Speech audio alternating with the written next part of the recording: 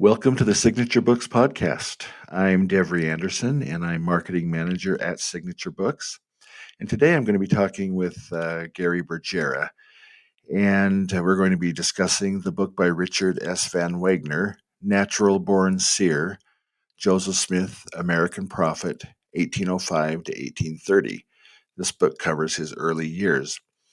And if you're a fan of Mormon history or a reader of it, you certainly will know Gary James Bergera. He recently retired as the director of Signature Books and also retired as director of the Smith Pettit Foundation. He's the author of the book Conflict in the Quorum, Orson Pratt, Brigham Young, Joseph Smith, and also of the book released this last year, Justice and Mercy, Studies of Transgression in the Latter-day Saint Community. And he's co-author of the book Brigham Young University, A House of Faith.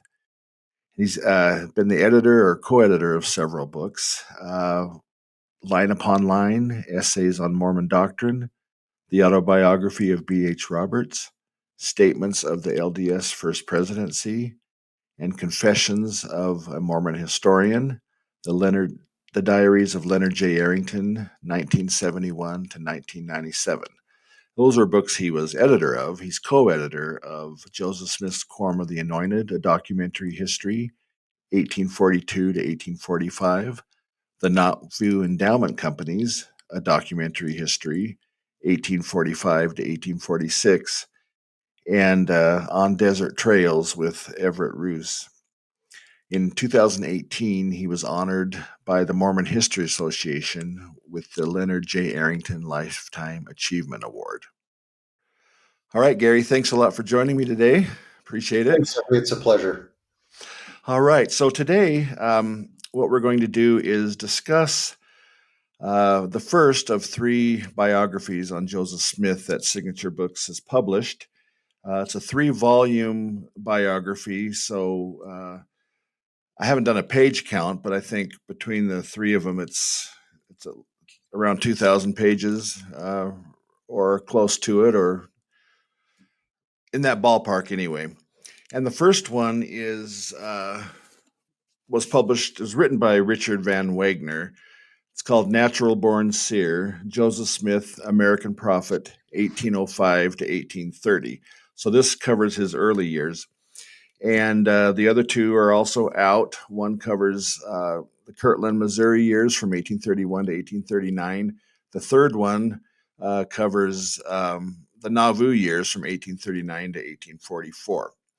So Richard Van Wagoner, unfortunately, passed away in 2010. It's why he's not on the program today. But Gary, you spent a lot of time on this volume editing it, so you know it pretty well. So I thought you'd have you come on and we could have a discussion about the book.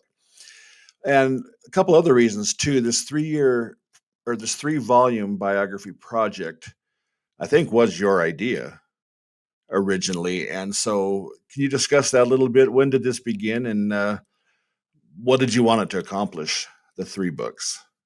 Sure. So the idea for this 3-volume biography of Joseph Smith, each volume of which would be written by a different author, started in probably the early 2000s as an idea that was going to be sponsored, that was sponsored by the Smith Pettit Foundation. So the Smith Pettit Foundation identified 3 people to work on this project. At a certain point, the person who was working on the second volume wasn't able to finish it, so we reached out to Dan Vogel, and he accepted the challenge to do this second biography, the second volume in this 3-volume series on Joseph Smith. The idea was to give each of these scholars the opportunity to devote as much space as they thought was appropriate to cover a particular period in Joseph Smith's life. So Richard was able to focus on the years up to 1830, Dan 1830 to 39, and Marty Bradley Evans 39 to 44. Richard was the first one to finish his volume, which turned out to be very fortunate. He finished it and then passed away just shortly afterwards. It would have been great to have been able to work with him during the final stages of the process, but that didn't work out. But he was done with his volume. Richard was able to focus on those first, 25 years of Joseph Smith's life in a way that previous biographies hadn't. The one that comes closest is Richard Bushman's biography of Joseph Smith that he published with the University of Illinois Press, that basically covered the same period of time, but didn't go into the kind of detail that Richard was able to go into. And that was one of the benefits, I think, of this project, is that the authors were able to spend more time on this particular and more space on these particular periods than has been the case before, and that probably will be the case in the future. Um, anyway, so that's kind of the origins, and I also thought it would be really interesting to have three different people, so that you would have three different perspectives, three different interpretations, probably three different takes. I don't know if that's a good thing or not, but I think it's kind of interesting and exciting to benefit from the work of three different people looking at Joseph Smith's life. All right, and I'm glad you mentioned the other, or just referred to these other books that focused on the same period. Richard Bushman's Joseph Smith: The Beginnings of Mormonism was the one that came out in 1984, I believe, and then in 2004, Dan Vogel had also done an earlier volume, and it was called Joseph Smith: Making of a Prophet, which covered those same years. So, do you see the difference between these and those older ones and Natural Born Seer, mainly in the detail that he provided, or are there some other insights that he shares that even in less detail aren't really shared in those other volumes? Well, each of those volumes has their own strengths and weaknesses, and each one reflects the author's perspective on Joseph Smith's life. So I think Richard kind of occupies a middle of the road position between Richard Bushman on the one hand and Dan Vogel on the other. And also, each one reflects the research that existed as of the time that they were working on their biographies. If Richard were alive and were to do it today, he would have the benefit of the Joseph Smith Papers Project, which is really going to impact future studies of Joseph Smith throughout his life. So yeah, I think that Richard probably was in a position of considering a variety of perspectives on Joseph Smith's life that maybe the others did too, but Richard was probably brought his own particular focus. I hesitate to try to characterize where Richard would have come down on all of these uh, different points and controversies over the first 25 years of Joseph Smith's life. And that's too bad, because he would have his own thoughts about this. But for me, as the reader, of having read those three biographies of Joseph Smith, Richard, I think Richard occupies a really good position where he is able to consider seriously perspectives that maybe the others didn't consider for whatever reason, time constraints or whatever. So that's, I think, the strength of Richard's book. If you want a really good introduction to Joseph Smith's life during the first 25 years, it's hard to do better than Richard's. Yes, and I agree with that. And as I was reading it, and I read it about 4 years ago, brushed up on it somewhat over the last few days. One of the things that he mentions in the introduction, I believe, is that he approaches it. He's critical yet sympathetic.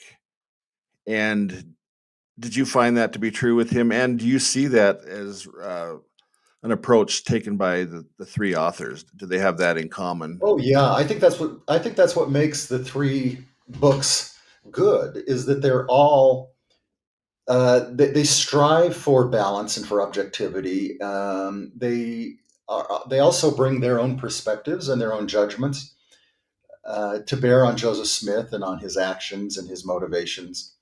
Uh, with Joseph Smith, it's hard not to get into the area of psychology sometimes in approaching him, which I think is valuable. Dan has a very particular approach, the family systems approach that he uses. Richard's not so explicit on what if there is an overriding um, interpretive lens that he brings to bear on that. And I'm not sure if Richard Bushman does that either. Although Richard Bushman is an advocate for psychologically informed history, so I'm sure that he does. Um, yeah, I think that Richards is. I can't say that Richards is any more balanced or strives for balance, but he does bring to bear a perspective on Joseph Smith that is unique to him. And whether or not it's a better perspective than, say, Dan's perspective or Richard Bushman's perspective, that's probably going to be up to the individual reader to decide.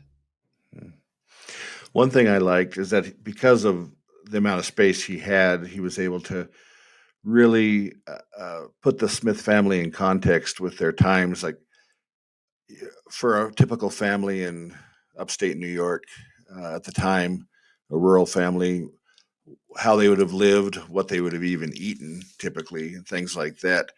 And I found that fascinating myself, and it helped me really, even though it was all contextual, it helped me really see the Smiths and envision them living as they would have. And so I think that was very helpful. That Well, I think just, Richard too would be happy to hear that, Devery, because I know that he was really interested in trying to bring context, not only historical context, but also the kinds of things that you mentioned. Uh, Context regarding what kind of food, how it was prepared, what plants grew in the area, just a wide variety of different insights to help best contextualize the Smith family during that particular period. Richard may have made some mistakes. I think some people have pointed out maybe some mistakes that Richard made, which is another reason why it's too bad he's not around to be able to address those. But he really wanted to paint a picture of the Smith family using as big a variety of paints and of perspectives and that he could command. So he'd be really happy to hear that. oh, okay. Well, good. And I did enjoy that and found that part very, very fascinating. And, we have Joseph Smith as, his pre public life or before he before the first vision, or I guess maybe really before the Book of Mormon comes into the picture when he becomes more public, and trying to understand his early life. We know some things that have always been part of the story: his upbringing, the various moves of the family, his leg infection, and the surgery that he had. Was Richard able to, in your opinion, treat these subjects in where it wasn't just more of the same thing? That again, because of the detail, do we see his pre? Do we learn a lot? Do we learn more about Joseph Smith that kind of sets the stage for his public life? Well, I think that I'm not sure. I don't think that there are any like surprises in Richard's book, but that's exactly what he wanted to do. He did want to provide enough background and enough historical context to make to hopefully have readers empathize with Joseph Smith, with his siblings, with his parents, um, in a way that would make him easier for readers today to understand. And yeah, even when there's not necessarily new information, being able to go into the details, I think, yeah, readers can get to have these little moments where they can kind of connect dots or see why certain things followed or certain things happened in someone's life and in his life here. And I find that even taking familiar stories and familiar sources and not just glossing over them, but providing that detail really does that. It did that for me, where I was able to, I think, see. Um, it just kind of built to where you see why certain things followed, certain things happened from there, and I think Yeah, that's what one thing that yeah, people will get out of this. Yeah, I think you're right. I think that the new information in Richard's book isn't from Mormon sources. It's from the non-Mormon sources that provide additional color and detail and context. Yeah.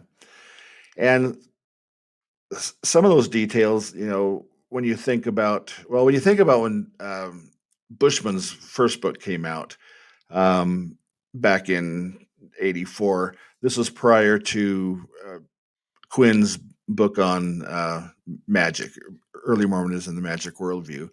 Although he had access to it when he did Rough Stone Rolling, or at least the information that was in there. People had known obviously about Joseph Smith and money digging and magic and that, but I think Quinn obviously helps people look at that period with fresh eyes, and Vogel was able to do that as well.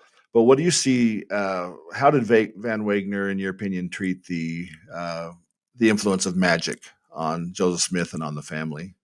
Well, I think it goes back to what we talked about before. So his primary focus isn't on magic, but magic is part of the cultural intellectual environment in which Joseph Smith lived.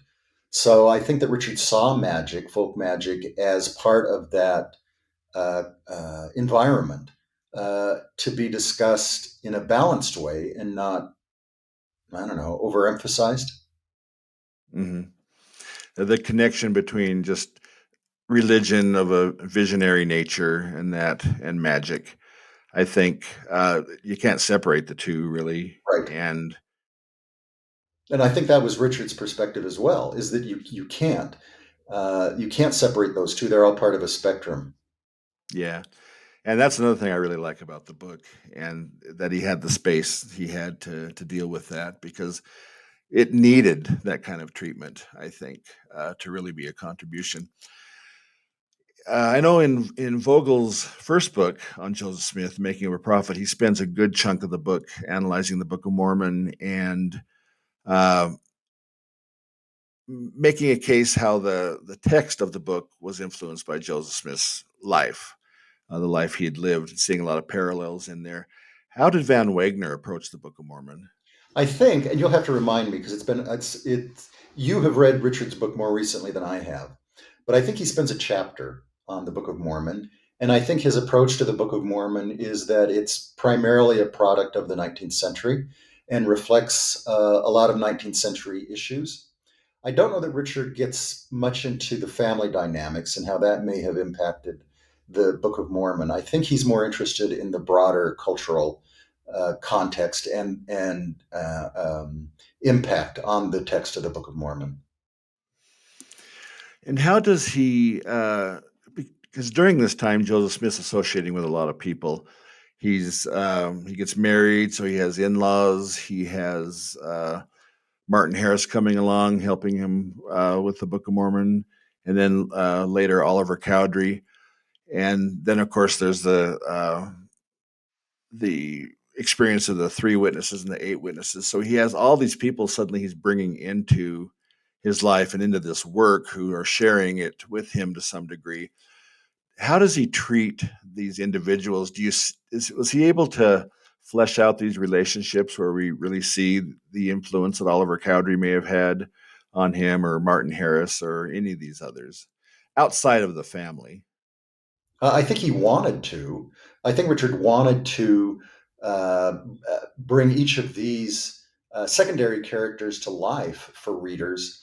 And readers will have to decide if Richard was successful or not in doing that. Obviously, an author is going to have to make decisions about how much do you spend on secondary characters, and that's always a judgment call. And you know this, Deborah, from your own experience with the books that you've worked on, that you're going to have to decide how much. I could spend a lot more time on these secondary characters, but at what risk? I've only got so much time and so much energy and and so many pages. So I think that it's a balancing act, and I hope that Richard was able to. I think Richard was happy with the way that he treated each of these other characters. And I think that he thought that did spend enough time and enough development for these characters in order to make them their contributions, their involvement in Joseph Smith's life uh, uh, useful? So, that's a good question. What do you think? Well, I think he did a good job with it. I think it was important that he did because people, any subject of a biographer is going to have other people to deal with. But in this case, because these people were so heavily involved during the period where the Book of Mormon was unfolding and all the just the founding of Mormonism, how it wasn't just Joseph Smith's effort on his own, that there were so many other people involved. As the founding was happening, I just thought it was just important that readers were able to come away understanding that better. We associate Joseph Smith with everything, and yes, we know that there are others involved, but having it really play out to see what influence they would have had, because it was just when they were involved, I think, is what was important to understand, because everybody has people come in and out of their lives throughout their life. But at this stage in Joseph Smith's life, understanding the others involved, I think, was just more crucial than you might typically see Yeah, in a and it really, biography. and it would be so. One of the challenges of this particular approach, the three volumes, each one written by a different author, right, is that Richard sets the stage, but then Dan does the second volume, and if Richard did not sufficiently treat some of the secondary characters, then that would be up to Dan or the author of that second volume to do. So. I can see that as a challenge for the successive authors of the trilogy. Did the previous author deal with this person sufficiently, or am I going to have to spend some of my time working on this person? And they would necessarily have had, or did they have each other's at least preliminary research to see, to know when they should start theirs. I mean, I know they know the year and the period that they were going to start, but did well, in Van Wagner's case it was, or in, I'm sorry, Vogel's case, it was different because his was the last to come out, so the other books were published. But like in Marty Bradley's case, as she was writing hers, did she have any access to the research from the second volume or even the first volume? It was left up to the individual. There was very little guidance given to the authors except that do what you think is best for the subject of this biography during the years that you're working on. If they wanted to communicate with other authors of the trilogy, it was up to them to do that. But you're right. I don't know that Richards came out first. Dan did have the benefit of the other two volumes. Marty did not have, she would have had access to Richards, but not to the second one when she worked on hers. And it's interesting too because with Dan's book, the title is Charisma Under Pressure. Uh, the first volume, Van Wagner's, that we're discussing now, do you see him setting the stage? Does Joseph's charisma come out in this early part of his life? Well, I know that for Richard, charisma was a way of helping to explain or at least approach Joseph Smith. He does talk about charisma in his book, and which is a happy coincidence because I know that Dan feels strongly about Joseph Smith as a charismatic religious leader. So those two volumes do dovetail. Marty would see him as charismatic as well, but she also has a different perspective. And hers was a time where he was dealing with so many, um, and this is probably a theme throughout the three. And since you're very familiar with all three, with Marty's covering the end of his life, his assassination, and all the troubles that led to it. There were troubles in the Missouri period and in Kirtland, and of course in New York, Joseph Smith receives or writes a revelation that the church is to leave New York and go to Ohio. Is there a theme of persecution that runs throughout the three? And with different authors, do you see their takes on this as similar with it, the way it builds in the third volume? Obviously, he's Joseph Smith is killed, and that's the end of his life. But the theme of persecution, do you see dealt with it in an appropriate way that fit the time of the period under discussion? Well, one of the focuses of Marty's book is Joseph Smith as a community builder and also as an urban planner. But persecution, duh. I mean, you can't write about Joseph Smith and the Mormons without talking about persecution. So persecution weaves through each of the volumes. Richards has probably more controversies to deal with in his book than persecution. It figures in there, and persecution is one of the reasons why they relocate. Dan's, as you know, persecution is a major thread that weaves through Dan's book, and it also weaves through Marty's book.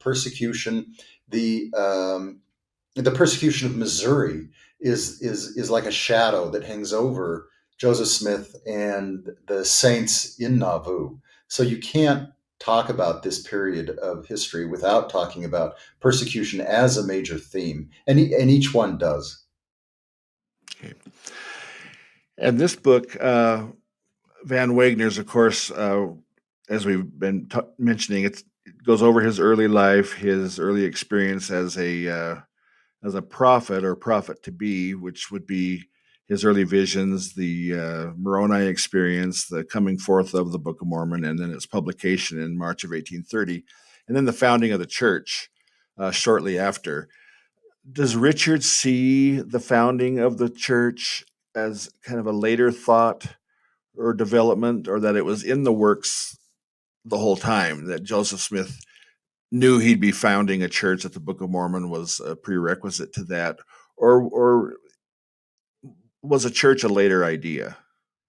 Gosh, I don't recall well enough Richard's discussion of this. Do you, Devery? Do you know? I mean, does Richard see the church as inevitable in Joseph Smith's evolution during those years? He just says that he knows, or you can't really pinpoint when he felt inspired to establish a church, but sometimes an author can state that, but then you see the story unfold, and a reader can maybe reach a conclusion there, or at least have reason to speculate with some feeling of confidence that whether it was or not. I think as a historian, he just writes that we don't know when he was inspired really to found a church, but it can Mhm. still kind of come out in the text. And I was just wondering if you had thoughts on that as well, but maybe Yeah, it's been a I while would have to since. look at it again um, to really be able to answer that question. I would assume that Richard sees the church as a natural evolution of Joseph Smith's development as a natural born seer. All right. So any other thoughts on this book? What you would want readers to Well, gain from it? yeah, well, just that the three volume biography of Joseph Smith is one of the things that I'm probably most proud of during my tenure at the Smith Pettit Foundation. Um, and I really hope that each of the volumes, well, I know that each of the volumes makes an important contribution to Mormon history. And I hope that they take on a life of their own. I think they're all available too as ebooks. Yes. So that kind of guarantees that they'll be around for a long, long time.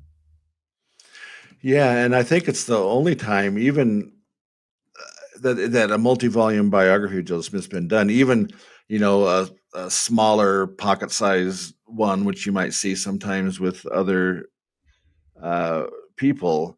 I don't even think that's ever been done. I think this is the only time a biography of Joseph Smith has taken up more than one volume. Am I right on that? Or No, I mean, you have to be right, unless you look at the Joseph Smith papers, but that's a whole different animal. yeah, yeah. So between these volumes, the Joseph Smith papers, a lot has been done on Joseph Smith in recent years, and so any future biographer who's going to, and I can think of, I guess, John Turner right now, who's writing one, who's dealing with Joseph Smith, you know, has a lot to have to look at to be credible and study and consider. These volumes and all those papers project volumes, it's quite a bit, but the Joseph Smith Scholarship has really, since 2008, was it when the first volume came out, has just exploded. And we've definitely learned a lot. and being able to see a 3 volume set like this come out and finally be completed now. It took 23 years or so, if it started Yeah, in the early 2000s, for all 3 to come out.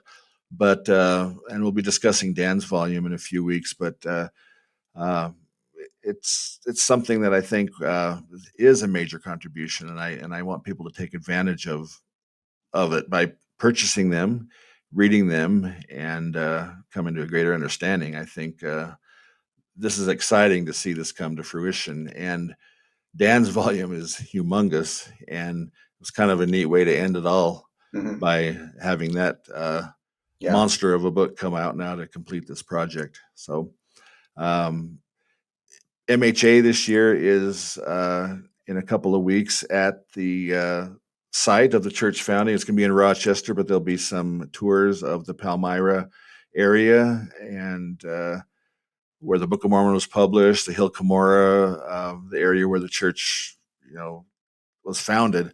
And so this book, Natural Born Seer, is a perfect read for anybody who's going to MHA and wants to get excited about the uh, the area of the church's founding where the Smith family lived. Uh, there'll be tours, and you can go on your own if you haven't signed up for a tour. The Smith Family Farm, the Sacred Grove, Hill Cumorah, Grandin Bookshop, Fayette, all those places are there for people to see. And if you haven't been there yet, be an exciting time to go with the MHA crowd. So again, the book is Natural Born Seer, Joseph Smith, American Prophet, 1805 to 1830. Get your copy, get a hard copy, get it as an ebook, but get it and read it and get excited about the other 2 volumes. So, Gary, thanks so much for joining Thank me you, today. Gary. Yeah. Really appreciate it. And we'll talk to you again soon.